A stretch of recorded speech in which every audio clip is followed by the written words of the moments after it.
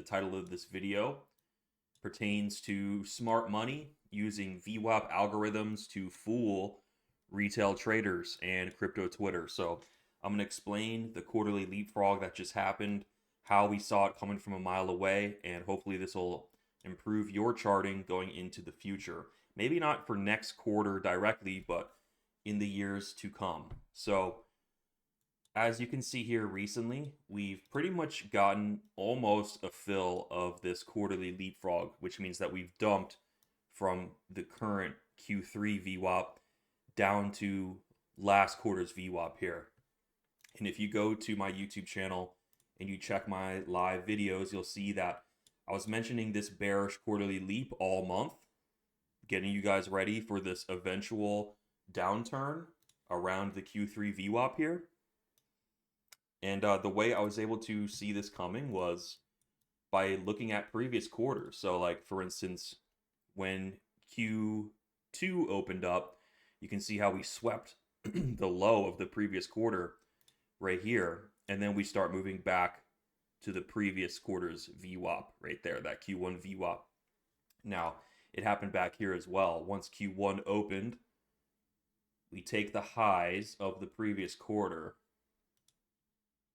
and then we begin moving back to that previous quarterly VWAP, the Q4 VWAP from last year.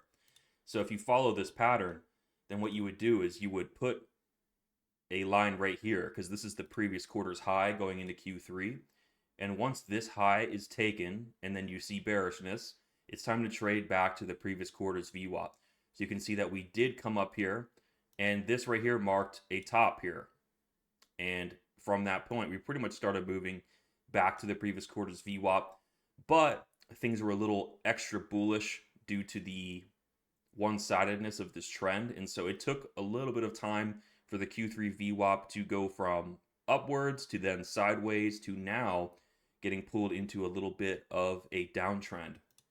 So typically after a quarterly leap, that is not the end of that trend. You can see that the quarterly leap last quarter, once we got that leap, we kept going. And the quarterly leap the quarter before that, once it came and it hit that VWAP right here, it kept going, guys. So while there's a chance that this is a valid pause level and we do get perhaps a monthly leapfrog back to these upper VWAPs up here at the start of the month, since we do have a new month coming, therefore a bullish leapfrog is technically a possibility. Just be wary that this Q3 VWAP is probably sloped into a downtrend by that time, and it probably is signaling a more macro bearish environment. And this is something I definitely was warning you guys about. Like, not only were my lives titled to include that bearish quarterly leap, but I've been talking about it endlessly in my videos. Like even 2 months ago, I said an important biannual junction nears, because this is now the second half of the year. And we may want to go back to the year to date or the Q2 VWAP or some major level much, much lower than a lot of people realize. I even put out this one, watch this before July 1, where I talk about the move, which got a lot of views. So I know a lot of you guys saw this coming along with me and probably benefited in your own way. I put out another video back testing the last 2 years of quarterly VWAP. So if you guys are curious about how accurate these macro sweeping moves can be, just watch this video here. And yeah, so just for the last month, I've been walking you guys through this overall downtrend, catching longs and shorts. July was like the best month of trading for me all year. And so far, this month hasn't been too bad either. So I'm doing pretty good on this 50K challenge here. Caught some nice shorts on Ethereum. And what I was seeing was just some rejection at the 5-day moving average. So this black line here on my leapfrog indicator, Ethereum was in a 5-day upsloped uptrend. So I wasn't shorting it here. But then once it had this dip and came back up, I shorted right here. and that is what you see right there. So you can see, actually I did have a little short at that top there. I guess I was feeling a little ballsy, but I added a second short at this move here when it started rejecting off the declining 5-day MA. And so I rode that down. And so that was pretty much how I tackled the juiciest part of the bearish quarterly leap. But also, you guys know that I've just been shorting and catching bearish weekly leaps for the last like month or 2 months and like doing pretty good with that too. So even though I didn't have a big crypto short trade, I can't brag that I'm in like a big $1 million position and all that, but I can tell you that it's greatly helped my scalp trading and my swing trading the last few months, having this overarching idea that once Q3 begins, we're going to take the highs and then we're going to top out and reverse back to the red Q2 VWAP.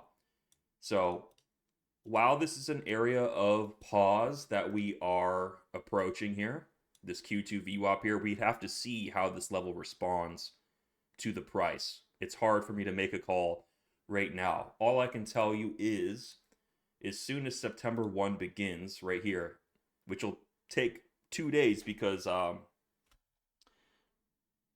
this is a little bit of a longer month than usual. But you can imagine if I enable last month's VWAP. Actually, let me enable the monthly VWAP, because when we go into next month, this will become last month's VWAP. But that white line up there, the month-to-date VWAP. So once Bitcoin enters the next month here, there's likely going to be a relief rally back up to that month-to-date VWAP. And it's not necessarily going to be a bullish move. It's going to be a bear market rally or a dead cat bounce kind of thing. And it may not happen because it's a very bearish environment that we've been tugged into with this quarterly VWAP now beginning to slope down. But we can't deny that the monthly leapfrog is a pretty sizable move, a 9% move on Bitcoin. And so this is not a move that we want to ignore, especially since Bitcoin does look to be approaching quite oversold here. And this date is a very important date because it's a new weekly and a new monthly candle starting on the exact same day. So you have a strong time confluence there. I believe that this is a likely area for a local bottom where we could potentially try to flip this descending 5MA, the black line in the background, more into a sideways / up posture. But it's yet to be said whether that is enough for us to break the Q3 VWAP, reclaim that, and go mega bullish again, or if this is going to be like previous quarters where we just simply smash through that previous quarterly VWAP target and just continue up. You can see here, like we go down to that target, but then we continue down. And so typically on most quarters, the quarterly leap is merely revealing the overall trend. And so if that is the case, then this is really only the start of something bad that then gets resolved in Q4, hopefully. But in the most bullish case, this would be a bounce level with a bullish monthly leap coming up on us here. I would not be surprised if Bitcoin at least tries to reclaim the current month-to-date VWAP next month, which will then it'll be the previous monthly VWAP there. So ultimately, I'm satisfied with like how the anchored VWAPs have performed. If I backtest this, I could show you guys how every quarter it pretty much does this sweeping and then reversing kind of motion.